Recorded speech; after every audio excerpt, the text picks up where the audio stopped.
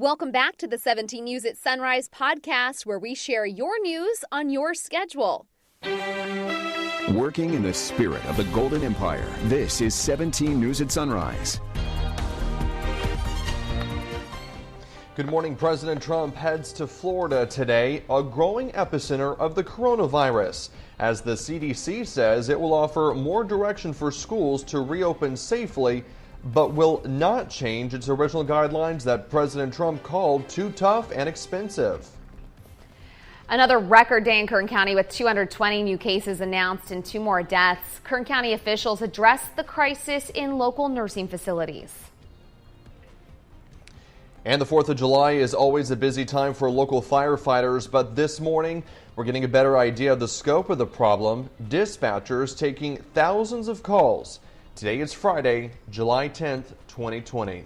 Good morning, everyone, and thanks so much for starting your day with us on this Friday. We have finally made it through another work week, and we've got the weekend, of course, in view. But you know what we have in view as well? Some hot temperatures, probably some of the hottest that we've seen so far this season. Yeah, and it was certainly warm yesterday. You could feel the difference from the day before. So let's check in with Kevin and see what we're headed for on this Friday morning. Yeah, we're definitely going to see a warm up as we head into the weekend. 75 degrees on the temperature right now, an east-southeast wind at 3 miles per hour. And as we take a look at the satellite radar, you can see some high clouds drifting in from the south. And as we take a look at the hour-by-hour forecast, it shows a few of those high clouds in place through 7 a.m. And then as we progress into the afternoon, we are going to warm up into the triple digits. 64 degrees in Tehachapi right now under no winds. We will see a light breeze throughout the afternoon. And you can see here on our wind forecast, no major wind event is expected as we go throughout the next 48 hours. As we take a look at the hour-by-hour forecast for you, by 7 a.m., 65 degrees, and then lower 90s expected as we progress into the afternoon. I'll have much more in your forecast. That's coming up in just a little bit. All right, thank you, Kevin. The violence continues in Mcfarland after a drive-by shooting overnight. It happened just before midnight on A Street. Police say a person was walking in an alley when a car pulled up and someone opened fire. It's not clear how many people were in the car, but several shots were fired. The car drove off. When police arrived, they found a person shot, but they say the victim was uncooperative and did not want medical attention. You can call Mcfarland PD if you have any information on this shooting. A man who skipped his sentencing for a crash that disabled a young woman is still on the run this morning. The district attorney's office has a warrant out for 34-year-old Esteban Gutierrez. It has been over 3 years since the crash. Prosecutors say Gutierrez was driving drunk and ran a red light on Callaway Drive, hitting a car driven by 23-year-old Jordan Backett. She can no longer speak, walk, or care for herself. Investigators say Gutierrez ran away from the crash but was arrested a short time later. This year, he pleaded no contest. He was released on bail but never showed up for his sentencing in May. Here's another look at Esteban Gutierrez. He originally faced 12 years as part of his plea agreement. If you see this man, you're asked to call 911. The memorial for 13-year-old Patricia Alitore continues to grow in South Bakersfield. For the 4th straight night, people have gathered near the corner of Granite Peak and Crescent Ridge to remember the teen whose brutal murder has stunned and saddened the community. The Alitore family says it will hold a vigil for Patricia each night until she's laid to rest. Alitore went missing last week. Police have not confirmed if her body has been found. The man accused of killing her, Armando Cruz, pleaded not guilty to a dozen charges on Monday. Investigators say Cruz traveled from Los Angeles to meet Patricia after they connected on social media and then killed her and tried to hide her body. The family has a GoFundMe to raise money for the funeral and to help Patricia's father travel from Mexico to see her before she's laid to rest. They've raised $40,000 so far. Local car clubs are planning an event this weekend to help raise money for the Alitore family. Organizers are hosting a cruise because Patricia Alitore was a fan of cars. Organizers say they'll collect donations for the family at Mesa Marin Ballpark. The cruise will start at the park at 7:30 Sunday evening and end up at the corner of Granite Peak and Crescent Ridge Streets in South Bakersfield. The death of an inmate at Wasco State Prison is being investigated as a homicide. State prison officials say 33-year-old Jose Mendoza was attacked by 2 other inmates Wednesday night. Officials say the inmates hit Mendoza with their fists during the attack, and Mendoza fell, hit his head, and lost consciousness. He died less than an hour later. The 2 inmates are identified as 23-year-old Jose Carrera and 24-year-old Eric Sabayas. Mendoza was serving a 16-month sentence for possession of a firearm by a felon or addict. Your time now is 5:05. A local business owner is left to pick up the pieces following a break-in in downtown Bakersfield. Brazilian Acai bowls on 18th Street and Chester Avenue. The owners say the thief took the cash register box with no cash inside and some electronics. And this isn't the first time they've been hit. When we opened the one on the east side of town, before we even opened, we had already passed inspection. They broke our window on the 2 doors, and we had that replaced. And then our Pacheco location has had a couple of break-ins. Just recently they broke in through the side window and took all the tablets. You want to add, Bernie? The owners say this latest break-in will cost them a couple $1,000s in repairs. New numbers from the Bakersfield Fire Department about illegal fireworks. During the 4th of July weekend, dispatchers received nearly 7,000 calls. The Bakersfield Fire Department responded to 88 fires that weekend. Fire crews also handled nearly 800 calls for illegal fireworks. BPD or BFD gave out 71 illegal fireworks citations. Your time now is 5:06, and the latest on a brush fire that continues to burn east of Bakersfield. It's called the Flat Fire. It's burned about 40 acres near Highway 58 off Clear Creek Road and Hart Flat Road. And let me tell you, driving through that area this morning, I could definitely still smell the smoke. At one point, nearly a dozen homes were threatened. When firefighters arrived on scene, they were able to establish that there were approximately 2 to 3 homes that were in immediate risk to catching on fire, and other multiple homes that were at significant threat as well. Firefighters were able to save those homes, though, and stop the forward progress of the fire. County Fire says it's 20% contained, and crews remained on scene throughout the night.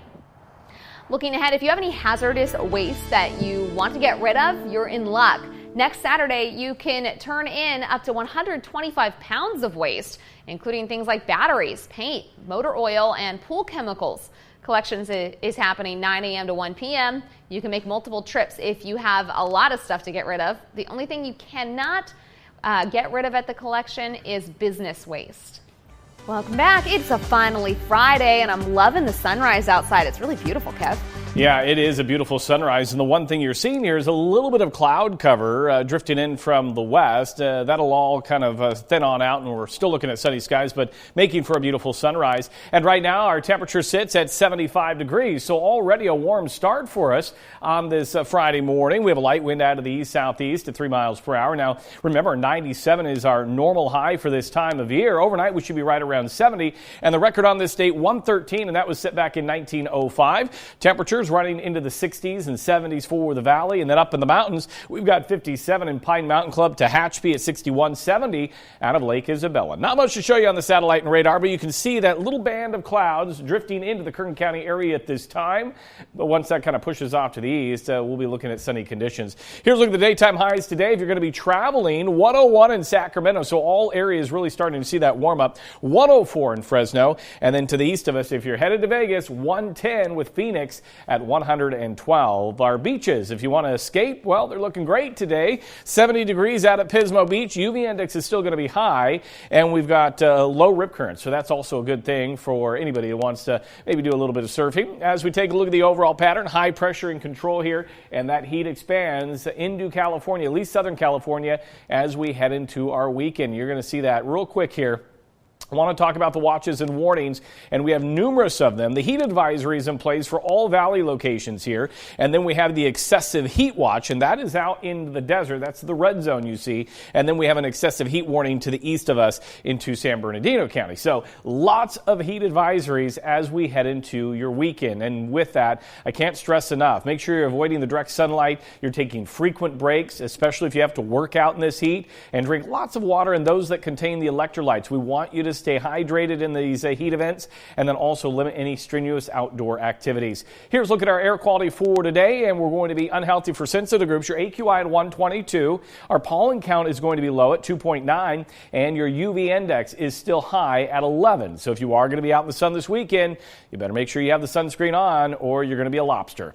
As we take a look at the numbers for today, Bakersfield 102, 103, Mcfarland 104 in Delano, and then out in Buttonwillow 104. So definitely going to be hot. As we take a look at the mountain forecast, sunny skies, northwest wind right around 5 to 10 today, 90 in Frazier Park, Tehachapi at 92 for the Kern River Valley, Lake Isabella at 100, and then for the desert, that's where we find that heat, and we're looking at 107 in Ridgecrest today. Mojave still hot at 100. Here's a look at the extended forecast, and you can see tomorrow 106, and then that will continue into Sunday. We get a little bit of a cool down by Tuesday of next week, and then by right around Wednesday, Thursday, 101. Now for the mountains, lots of sunshine, lots of heat. You can see those 90s in place for at least Monday, and then those 80s will return as we head into about Tuesday. And then for the Kern River Valley forecast, plenty of sunshine, triple digits on the board through Monday, and then we'll be back into the 90s as we approach the middle part of next week.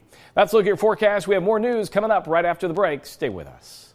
President Trump heads to Florida today, a growing epicenter of the coronavirus. The Trump administration is continuing to focus on reopening schools in the fall as numbers surge across the U.S. Alice Barr reports from Washington. President Trump headed to Florida today to meet with military leaders fighting the drug trade. But it will be hard to ignore the fight all around him against the surging coronavirus. Florida now reporting more than 4,000 deaths and nearly 10,000 new cases in a single day this week. We're seeing more and more families come in, more and more concerns. Top health official Dr. Anthony Fauci urging states with soaring cases to pause their reopening plans and reassess. We went from shutting down to opening up in a way that essentially skipped over all the guideposts. That's not the way to go. President Trump claiming increased testing has become political ammunition, though critics argue he has politicized the pandemic. We are testing and creating. It's the greatest thing that ever happened for the opposite party. As the crisis grows, the president continuing to push schools to reopen as early as next month. Open our schools. Stop this nonsense. Parents and teachers in some hotspots say they will not be going back if the numbers don't improve. I don't think schools should be opening up next month. The numbers here they're crazy. The CDC now saying it will offer more direction for schools to open safely, but will not change its original guidelines that President Trump called too tough and expensive. President Trump said this morning on Twitter, now that we have witnessed on a large-scale basis and firsthand, virtual learning has proven to be terrible compared to in-school or on-campus learning. Not even close.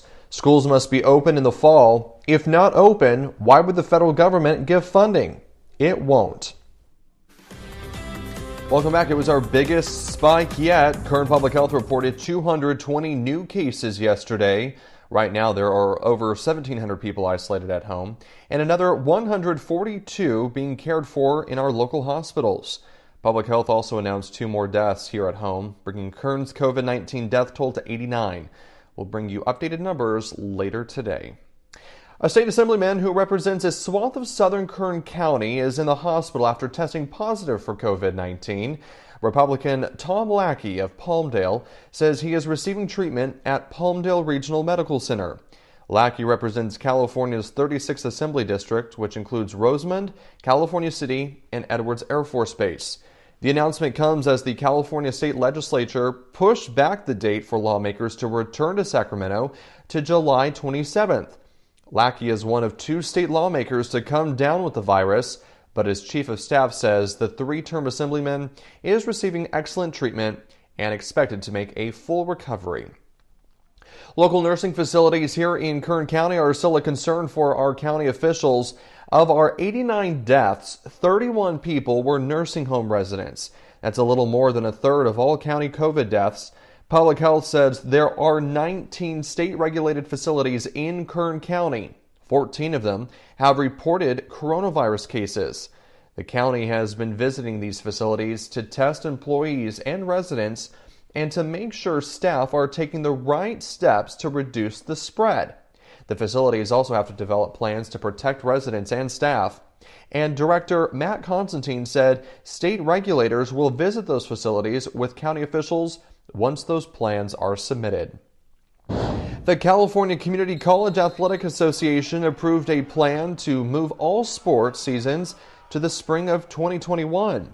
The move was made yesterday, and it comes after spikes in COVID-19 cases across the state. The plan is to have all sports start their seasons in the spring. However, the seasons will only resume in January if it is safe to do so. All sports will also have a decreased number of tournaments and competitions. The CCCAA covers 110 community colleges and represents 24,000 athletes. The Target on Stockdale Highway has seen a spike in COVID-19 cases among its employees. Target confirms multiple employees at the Bakersfield West location have tested positive for coronavirus. The retail store says they've been in close contact with those employees and can confirm they are in quarantine. Following public health guidelines, the store conducted a deep cleaning and sanitization. All other Target employees at the location have been notified. The Family Dollar on South Chester Avenue has temporarily closed its doors. According to the store, they have closed their doors for an unknown period of time for health precautions. The store is unable to comment on employees' health conditions. Family Dollar says they plan to reopen very soon. Now, are you out of work because of COVID-19? You could help put together the 2020 census. Census Bureau announced they're looking for 700 people to be temporary census takers here in Kern County. Census takers visit houses where residents have not responded and collect data. You have to complete a virtual COVID-19 training on social distancing protocols and other health and safety guidance before starting work. For more information and instructions for applying, head to our website, kget.com, and click on the hot link icon. Working in the spirit of the Golden Empire, this is 17 News at Sunrise. The 17 News at Sunrise podcast is a production of KGET and Nexstar Media Group. For more on all of the headlines in today's show, head to kget.com.